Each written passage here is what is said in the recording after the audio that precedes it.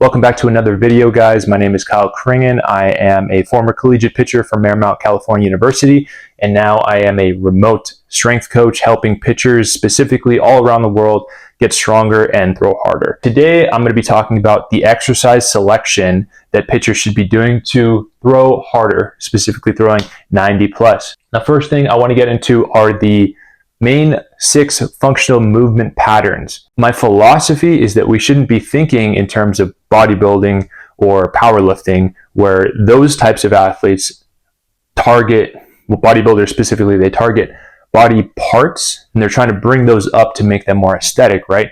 So they're thinking, what are we going to hit chest today? What are we going to hit quads today? What are we going to hit arms today? That type of thing. Pitchers should not be thinking in that type of way. Same thing with powerlifters. Their focus is on the big 3, right? Squat, bench, deadlift. They're thinking in terms of literal exercise selection and trying to bring those exercises up because that's their main focus as athletes in their sport. So for our sport, we're trying to throw harder. We're trying to become more athletic. And we should be thinking in terms of movement patterns and what the body actually functions to do. So the main functional patterns are only 6, and every exercise falls under the umbrella of one of these patterns. So we have push, pull, squat, hinge, lunge, and carry, with rotation being something that you can either target specifically with the functions of the core, or you can add on to any of these exercises to make it a little bit more functional. When we are in the gym specifically, and we're trying to figure out what exercises we should be doing, we should be focusing on compound movements. And in the last video, we talked about how those are exercises that require 2 or more muscle groups to perform the movement. So when we go into the gym, we need to have an intention of what are we going to focus on? What movement pattern should we be focusing on today? Upper body pushing, let's just use that as an example, right? If we're going to be focusing on upper body pushing, we need to, number 1, have a main compound exercise that we're going to focus on and track the progression of. And that's going to look different depending on each individual athlete.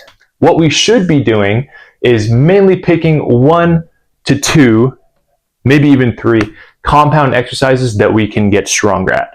So that is the first priority. The second one is then specificity.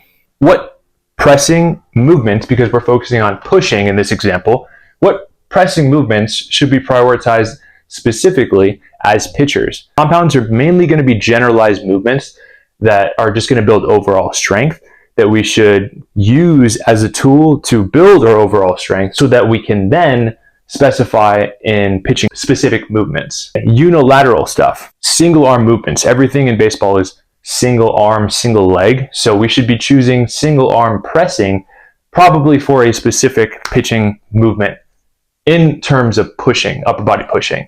Then the last priority is isolation. If the session calls for it, maybe we want to bring those smaller muscles up, like in pressing triceps. You can bring those up to aid your compound movements for a future session. So that should be last in terms of priority, should not be the main focus of the workout. Let's talk about functionality. So planes of motion.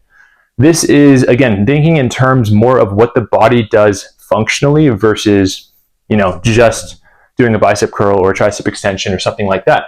The body can move in all these different planes of motion, right? So we should be training those planes of motion because in our sport, there's a lot of lateral movement. There's a lot of, change of direction, things like that. We're chasing the ball, we're getting in pickles, things like that. Baseball players, and specifically pitchers, are moving in this frontal plane of motion side to side. So we should be training that function as well. We should be training in that plane of motion.